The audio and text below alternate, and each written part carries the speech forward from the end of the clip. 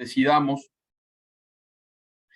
y con la participación además de personas de las ciencias sociales, de las ciencias políticas, a quienes respeto y les tengo un aprecio muy grande.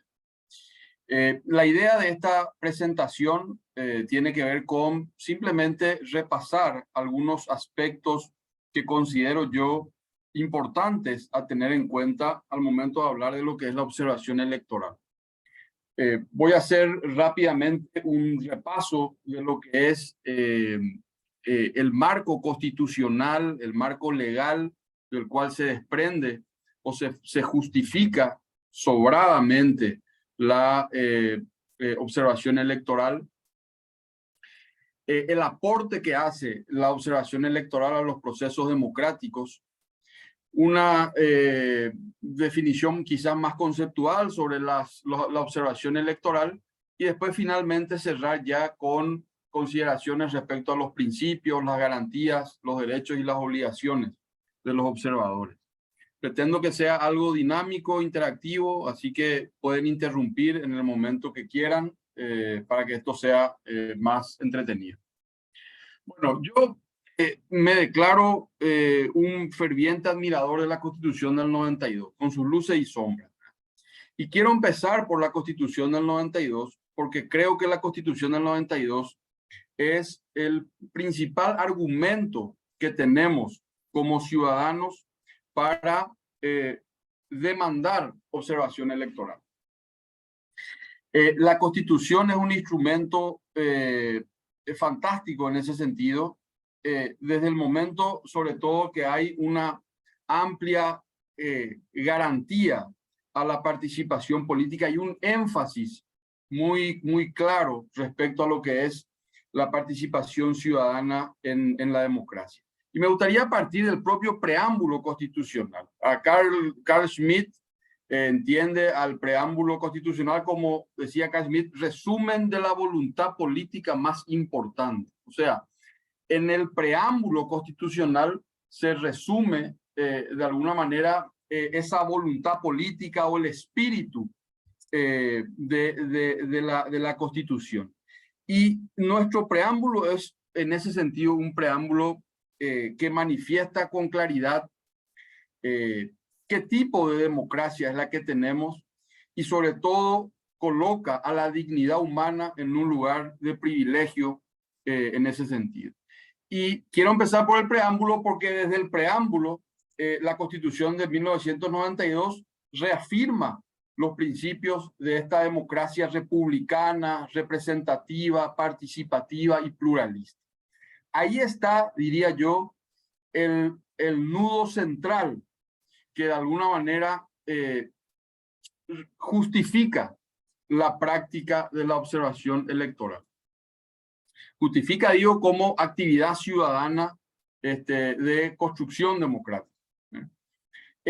Por supuesto, después hay un desglose en lo que es el artículo primero, el artículo segundo y el artículo tercero de nuestra Constitución, donde hay un refuerzo a esa idea de ese tipo de democracia fundado en el reconocimiento de la dignidad humana, y hay una vinculación entre la soberanía que reside en el pueblo y en el sufragio como el canal por el cual el ciudadano expresa ese o manifiesta ese poder soberano.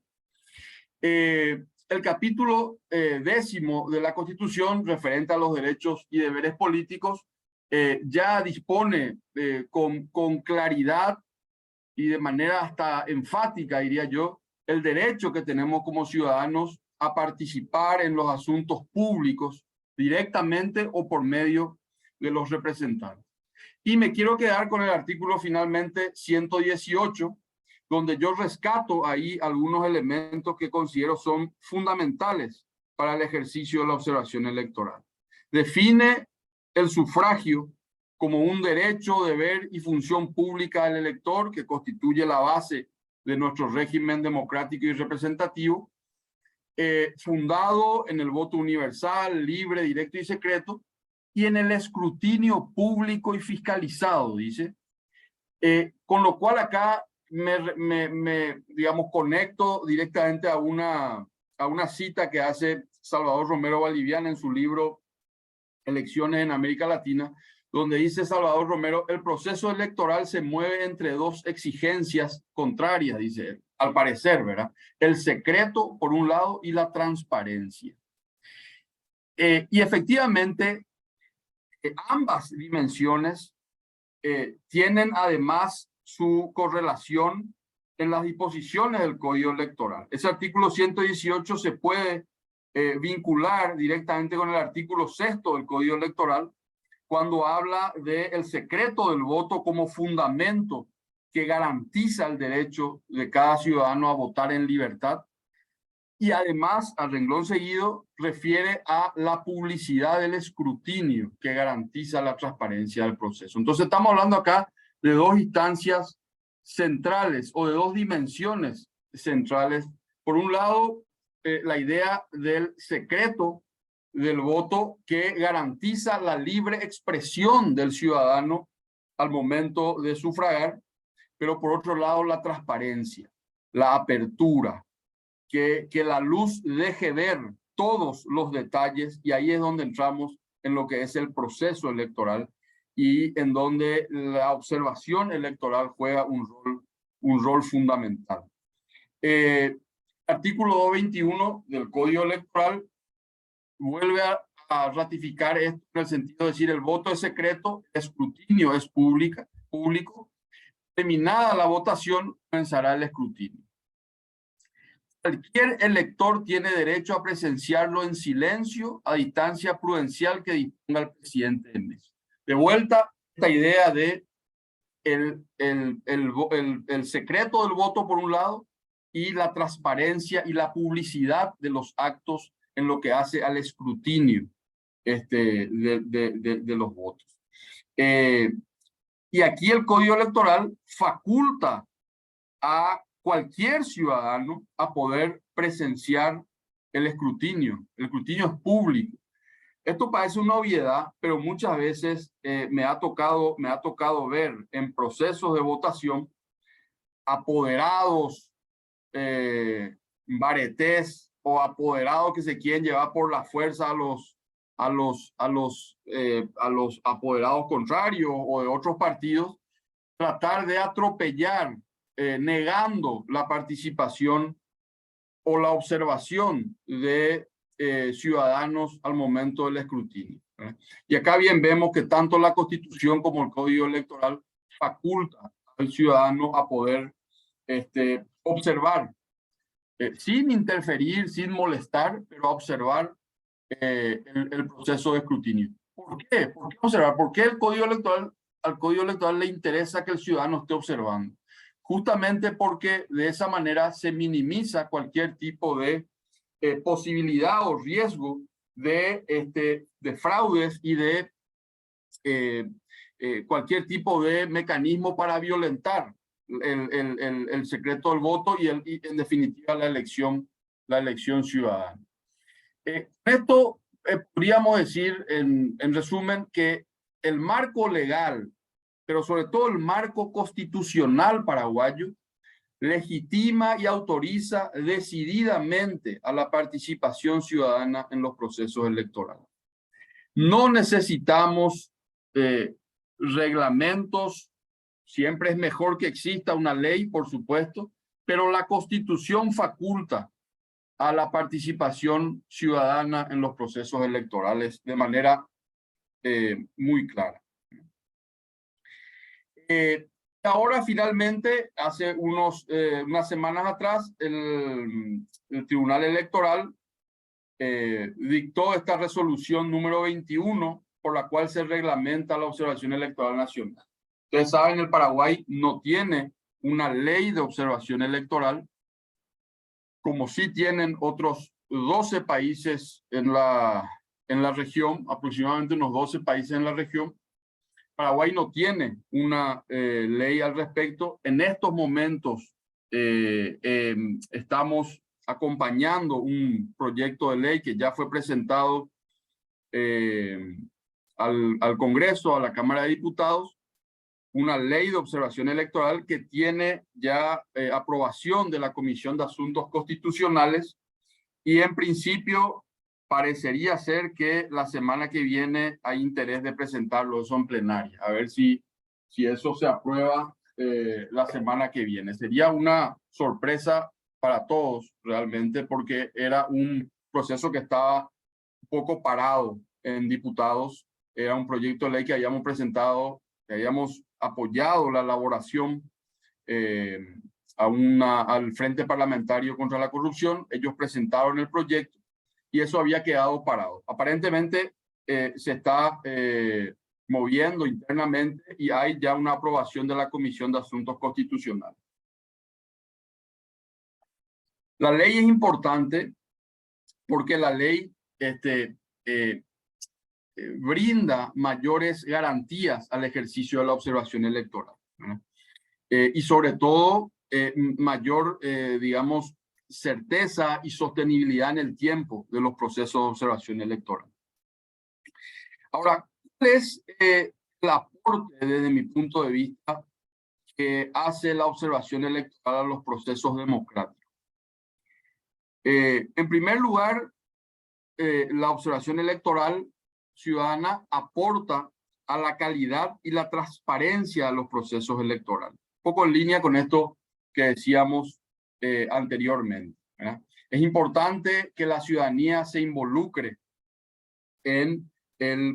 a lo largo del proceso electoral, que bien sabemos no se reduce solo al día de las elecciones, sino es importante ese acompañamiento ciudadano en el proceso preelectoral, el día de las elecciones y también en el proceso postelectoral. Hoy en día con las nuevas disposiciones sobre control del financiamiento político, la rendición de cuentas de los candidatos se hace posterior a las elecciones. Por lo tanto, es importante acompañar, que la ciudadanía acompañe esos procesos de rendición de cuentas también de los candidatos posterior a las elecciones.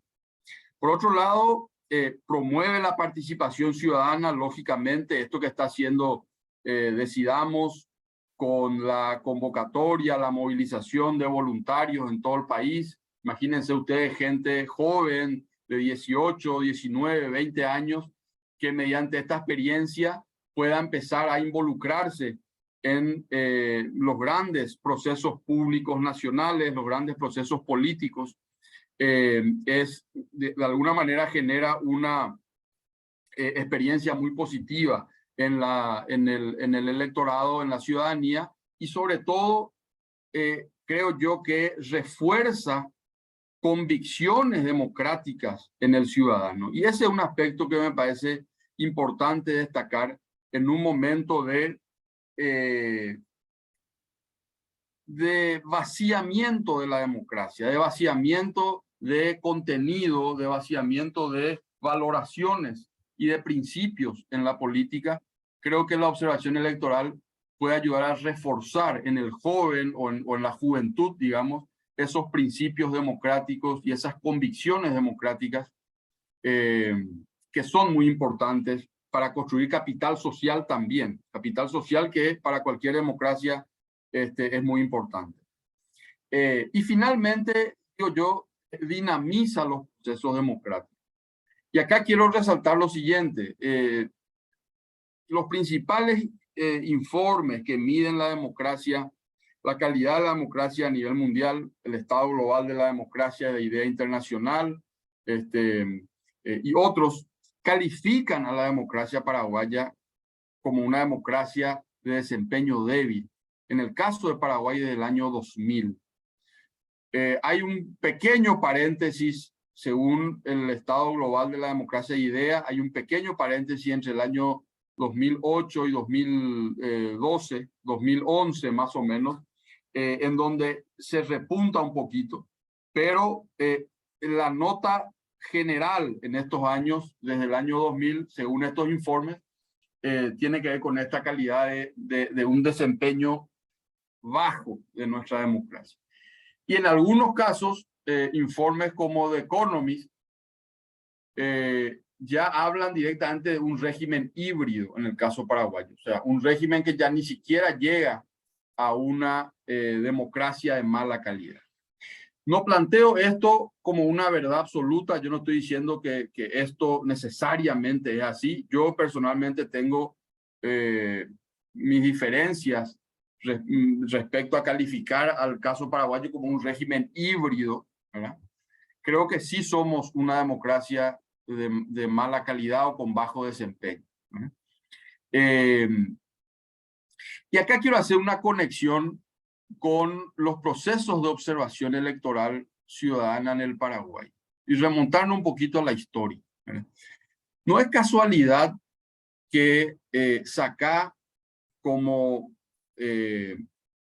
coalición de organizaciones que trabajaron la observación electoral, haya intervenido con tanto protagonismo en los primeros años de la transición. Yo digo primeros años, me refiero sobre todo a la década 89-99. Yo creo que esa es la década donde se dan las mayores transformaciones, el mayor dinamismo en nuestro proceso democrático.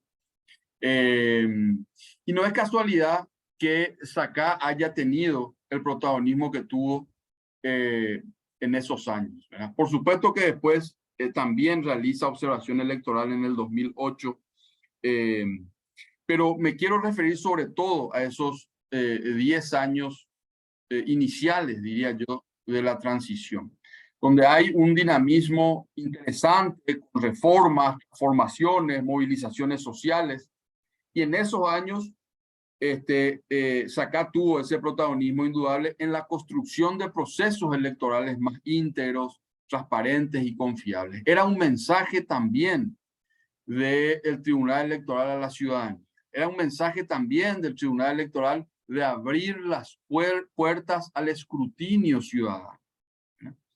No como, no teniendo en cuenta a la ciudadanía como el enemigo o como aquel actor que pueda amenazar a la justicia electoral, sino como un aliado, ¿verdad? Como un aliado en el sentido de poder reflejar, acompañar, monitorear y detectar incluso irregularidades que se pudieron haber cometido, denunciar esas irregularidades, registrar y, por supuesto, lo más importante siempre en los procesos de observación electoral, las recomendaciones que puedan hacer las misiones de observación para mejorar la integridad de los procesos electorales. Ahí hay un trabajo de SACA, nos acompaña, veo que nos acompaña el INE, un trabajo histórico de construcción democrática que a mí en este momento me enorgullece acompañar realmente desde IDEA, ¿verdad?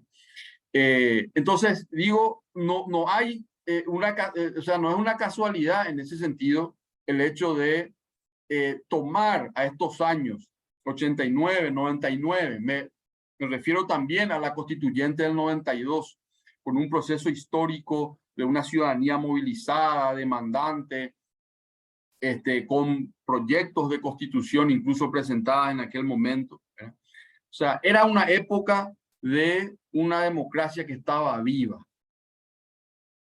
Era una democracia que con sus contradicciones estaba en movimiento. Y yo veo nuestra democracia actual con una mirada mucho más pesimista en ese sentido. Creo que tenemos una democracia en franco retroceso en este sentido. Creo que tenemos una democracia estancada y creo que tenemos una democracia con una ciudadanía desmovilizada. Pero esto es lógicamente para debatir. Decía yo, 12 países en la región aproximadamente tienen reconocido y regulada la observación electoral en sus procesos, en sus normativas nacionales, ya sean mediante leyes o normas de inferior jerarquía. Argentina, Bolivia, Colombia, Costa Rica, Ecuador, Guatemala, Honduras, México y Perú son algunos de estos países que tienen regulada la observación electoral. La misión de observación electoral de la Unión Europea del 2018 recomendó al Paraguay a reconocer, a sancionar una ley sobre observación electoral nacional que contenga los derechos y obligaciones de los observadores y que promueva su participación en el proceso electoral. Como le decía, actualmente está en estudio un proyecto de ley al respecto y esperemos que eso pueda avanzar la semana que viene. Aparentemente podría haber una posibilidad de tratamiento en el Congreso. ¿Alguna pregunta hasta acá? ¿Algún comentario? Para no ser un monólogo, digamos. Pueden participar pidiendo la palabra o abren sus cámaras. Ahí Mónica, le veo a Mónica. adelante. Buenas tardes, ¿qué tal? Hola, Mónica. Me interesaría saber, hablaste de esas, no sé si son estadísticas o estudios que se hacen para determinar la calidad de la democracia de los países, dijiste, ¿verdad? Y hay uno que nos establece como un país híbrido. ¿Cuáles serían los indicadores que se tienen en cuenta para hacer esa medición? Bueno, el informe que califica a Paraguay como un régimen híbrido es el de The Economist, que toma una serie de indicadores en relación a derechos de participación, acceso a derechos civiles, sociales, transparencia, corrupción, en fin, una serie de indicadores que de alguna manera le hacen concluir, en este informe hacen concluir que en el Paraguay prevalecen aspectos autoritarios en el contexto de una democracia electoral. Perdón, en el contexto de un régimen electoral. O sea, hay elecciones, pero según The Economist prevalecen rasgos autoritarios. En cuanto al informe de IDEA, que la califican como una democracia de mala calidad, se toman alrededor de 17 indicadores. No quisiera entrar mucho en detalle con eso porque, digamos, vamos a quedarnos, digamos, parados en ese tema, ¿verdad? Y tiene una serie de indicadores y otra vez cada indicador tiene subatributos, ¿verdad? Por los cuales se mide la calificación final de cada uno de nuestros países, ¿verdad? En general, en América Latina, salvo los casos de Uruguay, Costa Rica y Chile, todos estamos en un desempeño similar de una democracia de baja calidad o en algunos casos un desempeño medio. Pero en el caso de Paraguay mantenemos, como te decía Mónica, esa categoría o esa calificación, digamos, de una democracia de baja calidad. Hay algunos aspectos que este informe destaca mejor que otros, ¿verdad? Lógicamente, siempre la independencia judicial es un hito permanente en las calificaciones sobre la democracia paraguaya que nos tiran para abajo. La cooptación del sistema de justicia, la impunidad, por supuesto, los altos niveles de corrupción, son, te diría yo, los principales indicadores que nos tiran, digamos, muy abajo la calificación de nuestra democracia. Y sobre todo, que se percibe que no hay mejorías en el tiempo. O sea, digamos, pasan los años, fíjense ustedes, estamos ya a más de 30 años de la democracia y los niveles de corrupción, lejos de retroceder o de mejorar, han empeorado. Si bien hay esfuerzos, eso hay que decir también, yo creo que hay esfuerzos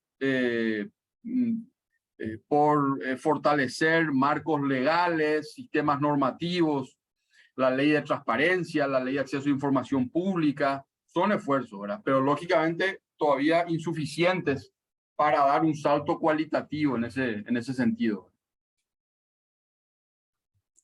Gracias. ¿Alguien más que Gracias. quiera intervenir? ¿Algún comentario, pregunta? Podemos seguir y en todo caso se interrumpe. Claro, si alguien quiere intervenir, ya levanta la mano. Exacto. Bueno, quisiera ahora de alguna manera definir los aspectos principales de la observación electoral. ¿Qué es la observación electoral? La observación electoral puede ser definida como una actividad de registro de incidencias de un proceso electoral. De vuelta, el proceso electoral entendido en sus tres etapas. Día de las elecciones, previo a las elecciones, el día de las elecciones y post electoral también, post elecciones también. Entonces, registro de incidencias de un proceso electoral es planificado y organizado por personas jurídicas, entidades, organizaciones que son además acreditadas previamente por el Tribunal Electoral. Tiene la tarea de buscar, recopilar información, leyes, procesos, instituciones relacionadas con el proceso electoral integral y, por supuesto, registrar también el día de las elecciones, registrar las distintas etapas de ese mismo día en cuanto a lo que es la apertura de la mesa de votación, el inicio de las votaciones, cualquier tipo de incidente que pueda registrarse y que puedan observar durante el proceso de votación, analizar, formular apreciaciones y recomendaciones que puedan contribuir a mejorar la integridad y la eficacia de los procesos electorales. De alguna manera, la observación electoral se justifica a partir de recomendaciones finales o informes finales de recomendaciones que puedan plantear a las instituciones electorales, a los partidos políticos, a la ciudadanía, que permitan mejorar la integridad de los procesos electorales. En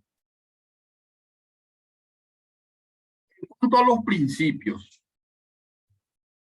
en relación a los principios, hablamos de imparcialidad, o sea, los observadores electorales tienen que estar libres de todo conflicto de interés de carácter político, económico o de otra índole que pueda interferir con la confiabilidad de sus observaciones. El observador tiene que ser confiable y, por supuesto, la tarea de la observación electoral y las recomendaciones que esa observación emita tienen que ser confiables y tienen que presumirse su neutralidad en ese sentido. Neutralidad digo en términos de afinidad partidaria o afinidad con algún grupo político en particular. Objetividad. Hablamos de imparcialidad, hablamos de objetividad. Lo que les decía hace un momento, las observaciones tienen que ser sistemáticas, precisas, completas. Tienen que reflejar aspectos positivos, pero también aspectos negativos o que se puedan corregir. Y lo más importante, los observadores deben basar sus conclusiones y recomendaciones en pruebas fácticas y verificables. No tienen que ver sus recomendaciones con ideas antojadizas que pueda tener el observador, sino sobre todo basadas en evidencia, en pruebas que puedan ser verificables. El siguiente principio es la no interferencia. Los observadores electorales deben realizar sus actividades sin interferir ni obstaculizar el proceso electoral. El observador electoral, como la propia palabra lo indica, es un observador externo al proceso que no tiene que intervenir en el proceso electoral, sino registrar los distintos acontecimientos, hechos, momentos que pueda ir viendo, observando en ese proceso electoral.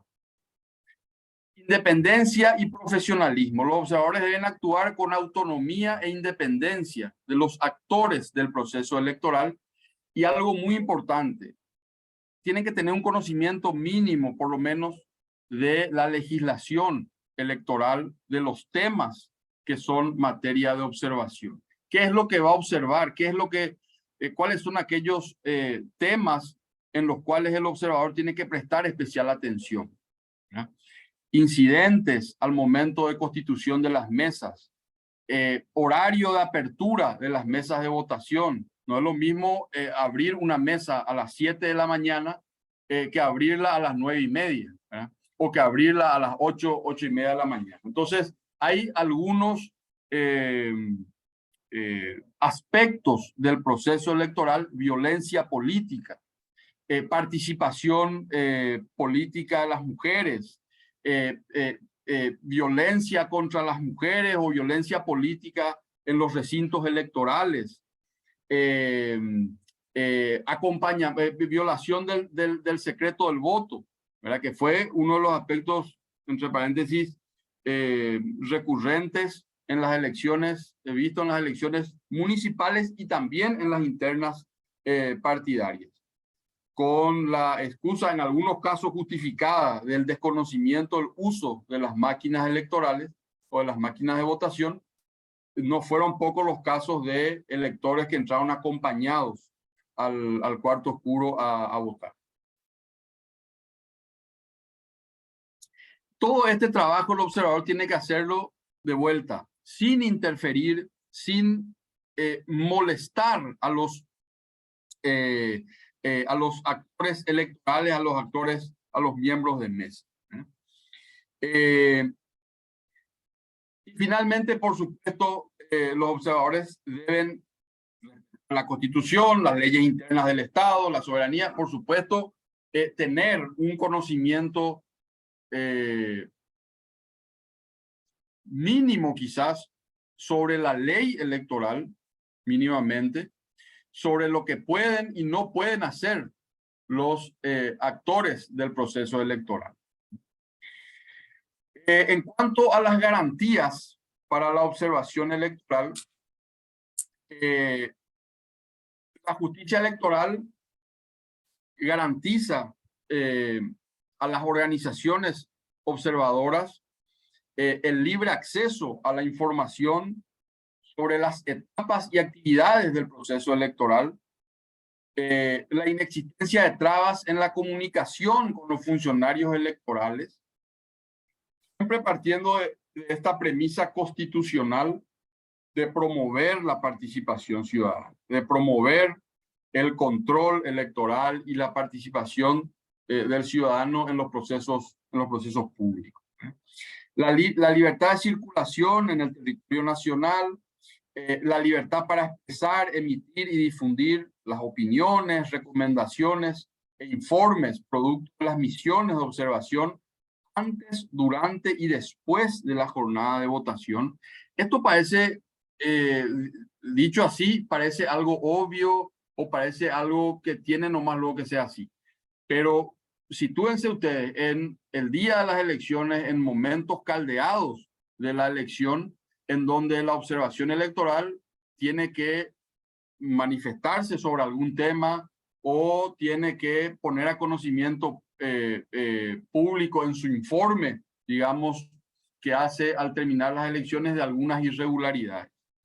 No siempre son fáciles esos procesos y en muchos casos existen presiones políticas de gobiernos, de partidos políticos o incluso de aficionados a los partidos por entorpecer el trabajo de los observadores electorales y de las misiones de observación.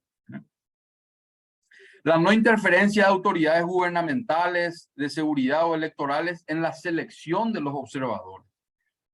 La autoridad gubernamental, el Tribunal Electoral, no tiene por qué decirle a SACA quién tiene que ser, quién puede o no puede ser observador o integrar su lista de observadores. Eso es una decisión autónoma de la organización, que por supuesto se va a asegurar de que quienes integren la misión de observación no tengan ningún tipo de impedimento para ese trabajo, ¿verdad? Pero el Tribunal Electoral no puede direccionar o condicionar a los organismos de observación electoral a conformar de una u otra manera ese listado de observadores. La inexistencia de presiones o amenazas de represalias por parte de cualquier autoridad gubernamental contra cualquier ciudadano, nacional o extranjero, integre, trabaje, colabore o proporcione información a las organizaciones observadoras. Finalmente, los derechos de los observadores electorales, portar una credencial que les identifique. La credencial es importante porque la credencial es una garantía para el observador electoral. En muchos casos, en el fragor de la disputa electoral, el día de las votaciones, nos faltan apoderados o militantes políticos que quieren entorpecer, como les decía, la labor, la función del observador electoral. Y ahí la credencial es, quieras o no, una garantía para ese observador de poder justificar de alguna manera su presencia en ese recinto electoral. Otro de los derechos de los observadores es observar las distintas partes del proceso electoral. Le decía yo, desde la instalación de las mesas hasta el escrutinio y el cómputo. La sola presencia de observadores en esas instancias del proceso electoral por sí solo reduce los incentivos para prácticas fraudulentas en el proceso electoral. No es una garantía absoluta, por supuesto que no, pero reduce incentivos. Acceso a los centros de transmisión de resultados, la obtención de información acerca del control del financiamiento y gastos electorales. Esto que les decía yo del control del financiamiento político es importante. El financiamiento político es todo un ámbito complejo. Tenemos un marco legal confuso con una ley y dos modificaciones o reformas de esa misma ley que de alguna manera, en lugar de brindar certezas a los actores políticos, a los ciudadanos, a los actores partidarios, genera mucha más confusión. Así que este tema del financiamiento y de los gastos electorales es un ámbito de muchas veces de difícil acceso para el ciudadano, aunque tenga interés en hacerlo. Ese puede ser un tema de debate. Ese puede ser un tema de debate, exactamente. Otro de los derechos, por supuesto, el acceso a las denuncias o quejas, los apoderados, veedores, alianzas, partidos puedan formular. Eventualmente se puede acercar algún actor político, algún ciudadano a manifestar alguna irregularidad al observador electoral, y lo que se recomienda en esos casos es que el observador pueda tomar la irregularidad o registrar la irregularidad que pueda estar siendo denunciada, pero derivarle a esa persona por digamos, a los conductos pertinentes, ¿verdad? Registrar incidencias y formular denuncias ante las autoridades pertinentes para su investigación, formular recomendaciones tendientes a mejorar la administración y la integridad de los procesos eleccionarios. Finalmente, las obligaciones, y con eso voy cerrando. ¿Qué es cuáles son aquellas obligaciones que los observadores electorales tienen que tener en cuenta? Por supuesto, respetar la Constitución Nacional, los tratados internacionales. De vuelta, es importante que el observador pueda conocer mínimamente la legislación electoral, la Constitución, ni hablar, ¿no? Por lo menos lo relacionado a los procesos políticos. Una obligación del observador también es dar su credencial de observador en un lugar visible durante sus actividades. Se deben abstener de obstaculizar el trabajo de las autoridades electorales o interferir en el desarrollo de las funciones de las autoridades electorales. Por supuesto, no pueden hacer proselitismo o manifestarse de cualquier manera a favor de algún movimiento, alianza o partido político.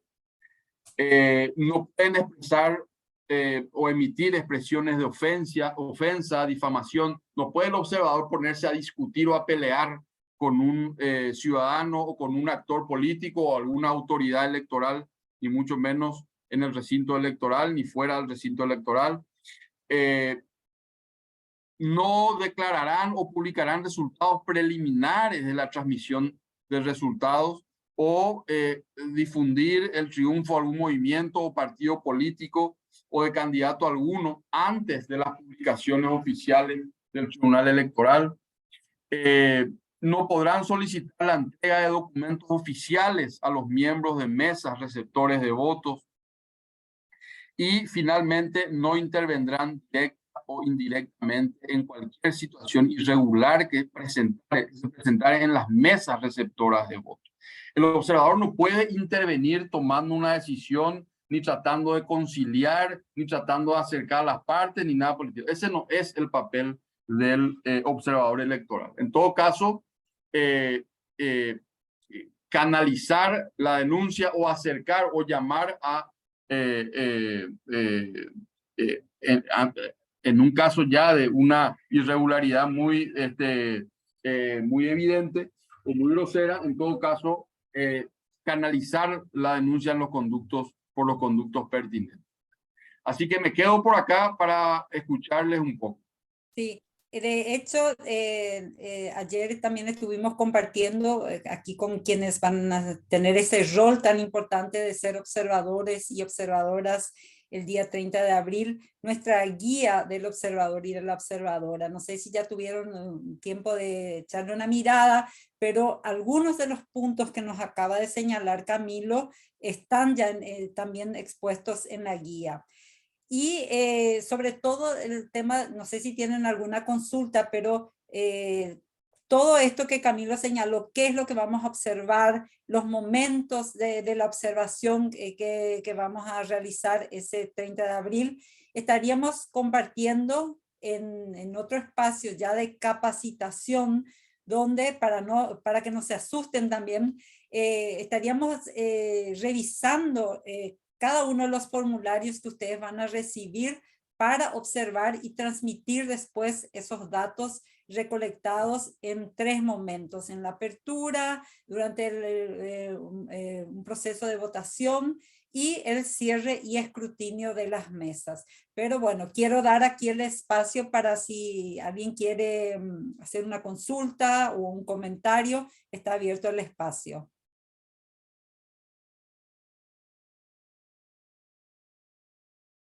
¿Alguna duda? Line, adelante. Bueno, yo voy a hacer un comentario sobre el conjunto de la exposición de Camilo, porque me parece interesantísimo que podamos ver el espíritu de la primera democratización real del Paraguay, ¿verdad? Entonces, con eso se inicia, eso pudo plasmar fue un privilegio vivir realmente en esa construcción colectiva maravillosa, casi impensable, porque parte de los protagonistas habían sido parte de la dictadura, y entonces esto nos muestra. Después aterriza, que es una forma muy clara. Vos ves el contexto, después ves bien jurídicamente, para pasar después a desglosar ya, a ver el hilo fino, digamos, de lo que son las tareas y eso. Entonces, me parece que puede ser muy útil para todos. Para mí lo fue tener claramente este proceso en la cabeza, tanto el político grande como en el que estamos. Y una cosa nomás, Camilo, me extrañó a mí, que no pueden sacar resultados antes que la justicia electoral. Digo nomás porque en la historia de SACA, nosotros justamente sacábamos tempranito ya, digamos, a las 10 de la noche. En ese tiempo no teníamos los mismos instrumentos de ahora. Los resultados, y la gente esperaba los resultados que dábamos porque hacíamos cómputo paralelo cuando eso. Y después daba la justicia electoral. Era muy impresionante porque en realidad coincidían los datos. Pero Dania se tiene que acordar, ¿verdad? Que, bueno, era toda una gran movilización y verdaderamente a mí me parece que fue un aporte, uno de los aportes ciudadanos más importantes que se tuvieron para que funcione democracia electoral, por lo menos, ¿sí? Porque es una parte nomás de la democracia, pero es fundamental. Sí. Tajomán. Gracias, Line. De hecho, esa consideración que hace Line sobre la primera democratización me parece que es muy interesante y no está suficientemente trabajado todavía. Creo yo que hay más cosas por escribir ahí y por estudiar. Cuando hablamos de una democracia de baja calidad, de una democracia insuficiente en el Paraguay, tiene un poco que ver con esto, ¿verdad? Con esta evolución o este avance de la democracia paraguaya en una dimensión, que fue la dimensión electoral. Indudable. El pacto político era salir de la dictadura, la transición con elecciones. Por eso tenemos elecciones en el 89, elecciones en el 91 municipales, convencionales constituyentes, reformamos la constitución, 93 y ahí seguimos. O sea, salimos de la dictadura con elecciones, ¿verdad? Y la dimensión electoral fue la dimensión, sin dudas, de mayor fortalecimiento de la democracia paraguaya. O sea, se podría decir que en esa idea de democracia procedimental, esa discusión que se plantea en la ciencia política entre, o quizás dos caras de una misma moneda, o sea, esa idea de la democracia procedimental versus la democracia sustantiva, que es todo ese otro componente que necesita garantizar o satisfacer la democracia. Esto, para muchos liberales, digo, o que ven la democracia desde la perspectiva bien liberal, cuestionan esta idea de la democracia sustantiva y que la democracia tiene que garantizar derechos sociales. La democracia es procedimental, son los ritos electorales y los países que cumplen con elecciones competitivas, libres, justas, son democracias, digamos, con todo el sentido de la palabra. Frente a eso está esta otra perspectiva que comenta Line, que tiene que ver con que la democracia no es solamente elecciones, tiene que garantizar otra serie de condiciones y sobre todo tiene que mejorar la vida de la ciudadanía. Y esa segunda dimensión es la que yo creo que nosotros todavía no hemos avanzado y amerita una segunda transición, digo yo, respecto a esa segunda dimensión, ¿verdad? La dimensión en términos de la democracia, en términos culturales, sociales, ¿verdad? Y ahí hay muchísimo camino todavía por recorrer en materia educativa y de políticas públicas que puedan fortalecer nuestra democracia desde esa dimensión. Los procesos de observación electoral construyen y van en esa dimensión también, y van en esa línea. Por eso es muy importante promover la observación electoral ciudadana. Gracias, Camilo. Tenemos todavía unos minutitos, si alguien más quiere hacer una intervención. Y bueno, como dije también al comienzo, este espacio del día de hoy es uno de los primeros que estamos abriendo para debatir sobre estos temas que nos interesan y que hacen a la participación ciudadana y en un momento tan importante como es este proceso electoral que estamos viviendo en este 2023. Entonces, me quedo también con una idea que Camilo señaló, o sea, que nuestra observación ciudadana aporta a la transparencia del proceso electoral y este tema al que tanto le estamos poniendo énfasis, a la democracia, a profundizar la democracia, a la calidad de la democracia. Entonces, el rol que vamos a cumplir y que estamos cumpliendo ya como parte de este equipo de observadores y observadoras es fundamental y por eso realmente agradecemos muchísimo a quienes están anotando y ya están empezando a participar de los espacios de capacitación que iniciamos la semana pasada y bueno, que hoy están también aquí. Y esperamos continuar, ¿verdad? Continuar y seguir aportando también información a partir de estos espacios. Entonces, no sé si todavía alguien más, Camilo. Dania, ahí quiero hacer una consideración respecto a los desafíos de la democracia. Los desafíos de la democracia en los primeros años de la transición no son los mismos desafíos que tiene hoy nuestra democracia. Y por eso creo que fortalecer la observación electoral es más importante que nunca, ¿verdad? Fortalecer la participación ciudadana es más importante que nunca, porque los desafíos que hoy representa el crimen organizado, la narcopolítica, la violencia política, si como ciudadanos nos retiramos de la disputa y del debate político y de la participación, simplemente vamos a estar entregando el país ya a gente que no nos representa y que además está poniendo al Paraguay en un lugar que no es justo y que no le corresponde al Paraguay. Entonces, ahí hay quizá un componente también ciudadano, de una ética ciudadana, de involucrarse, de comprometerse, de cada uno de donde pueda, a fortalecer los procesos y la democracia paraguaya. Así mismo. Bueno, creo que por hoy nos quedamos por aquí. Muchísimas gracias, Camilo. Yo creo que tu participación y todo lo que estuviste compartiendo son temas claves para este equipo. Te agradecemos mucho y vamos a estar enviándoles ya el lunes probablemente la invitación para nuestro próximo conversatorio. Esperamos seguir contando con quienes están hoy aquí y bueno, y seguir ampliando la participación en este espacio. Gracias a todos, a todas y seguimos conversando. Gracias, Dania. Chao, chao. Gracias, hasta luego. Chao, chao. Chao, chao. Muchas gracias por participar.